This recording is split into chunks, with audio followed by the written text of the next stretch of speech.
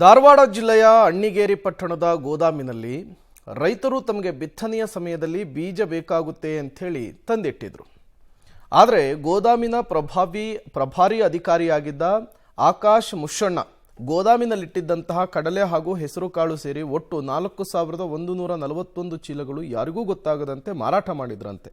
ಇಷ್ಟೇ ಅಲ್ಲದೆ ಸರ್ಕಾರಿ ಗೋದಾಮಿನಲ್ಲಿಟ್ಟಿದ್ದ ಚೀಲಗಳ ಬಗ್ಗೆ ನಕಲಿ ದಾಖಲೆಗಳನ್ನು ಸೃಷ್ಟಿ ಮಾಡಲಾಗಿತ್ತು.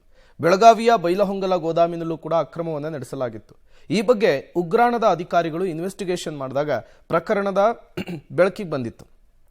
ಉಗ್ರಾಣದ ಅಧಿಕಾರಿಗಳು ಧಾರವಾಡದ ಅಣ್ಣಿಗೇರಿ ಠಾಣೆಯಲ್ಲಿ ದೂರನ್ನು ದಾಖಲಿಸಿದ್ರು.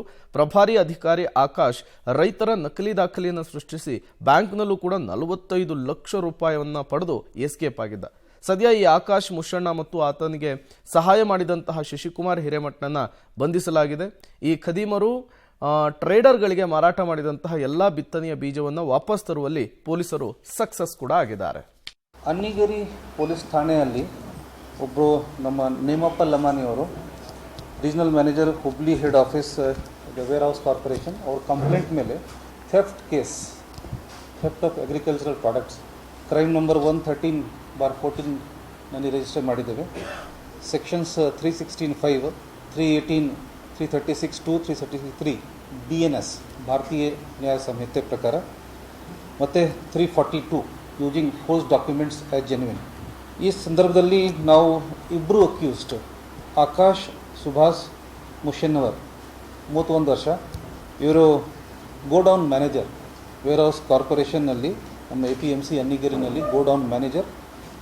ಇವ್ರ ಜೊತೆಗೆ ಇವರ ಸಹ ಪಾಠಿ ಶಶಿಕುಮಾರ್ ಹಿರೇಮಠ ಅಂತ, ಆಕಾಶ್ ಅವ್ರದ್ದು ಕ್ಲಾಸ್ಮೇಟ್. ಹಾಗೂ ಇದು ಕರ್ನಾಟಕ ರಾಜ್ಯ ಉಗ್ರಾಣ ನಿಗಮದ ಬೈಲಹೊಂಗಲ ಮತ್ತು ಅಣ್ಣಿಗೇರಿ ಶಾಖೆಗಳಿಗೆ ಒಬ್ಬ ಪ್ರಭಾರಿ ಉಗ್ರಾಣ ವ್ಯವಸ್ಥಾಪಕರಾಗಿ ಆಕಾಶ್ ಮುಷಣ್ಣ ಅವರು ಅಂತ ಹೇಳ್ಬಿಟ್ಟು ಚಾರ್ಜ್ ಕೊಟ್ಟಿದ್ದಾರೆ.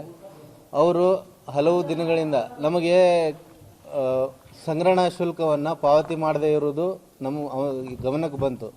ಅದರಿಂದ ಅವರು ಬೈಲಹೊಂಗಲ ಸೆಂಟರ್ಗೆ ಹೋಗಿಬಿಟ್ಟು ಅವ್ರನ್ನ ಸೆಂಟರ್ಗೆ ಬರ್ರಿ, ಅವ್ರು ಇರಲಿಲ್ಲ, ಸೆಂಟರ್ಗೆ ಬರ್ರಿ ಅಂತ ಹೇಳಿದಾಗ ಒಂದು 2-3 ದಿವಸವರೆಗೂ ಅವರು ಸೆಂಟರ್ಗೆ ಬರದೆ ಬರ್ತಾ ಇದ್ದೀನಿ ಅಂತ ಹೇಳ್ತಾ ಇದ್ರು. ಆ ಸ್ಟೋರೇಜ್ ಚಾರ್ಜಸ್ಸನ್ನು ಬೇರೆದವ್ರ ಕಡೆ ಕಲೆಕ್ಟ್ ಮಾಡಿಸಿ ಪೇಮೆಂಟ್ ಮಾಡಿಸಿದ್ರು. ಈಗ ಇವರು ಬರದೆ ನನ್ನ ಮುಂದೆ ಎದುರಿಗೆ ಬರದೇ ಇರೋದಕ್ಕೆ ನನಗೆ ಡೌಟ್ ಬಂದು ನಾನು ಉಗ್ರಾಣ ನಿಗಮದ ಚಾವಿ ಏನಿದಾವಲ್ಲ, ಕೀಲಿಗಳು, ಭದ್ರತಾ ಸಿಬ್ಬಂದಿ ಅಂತ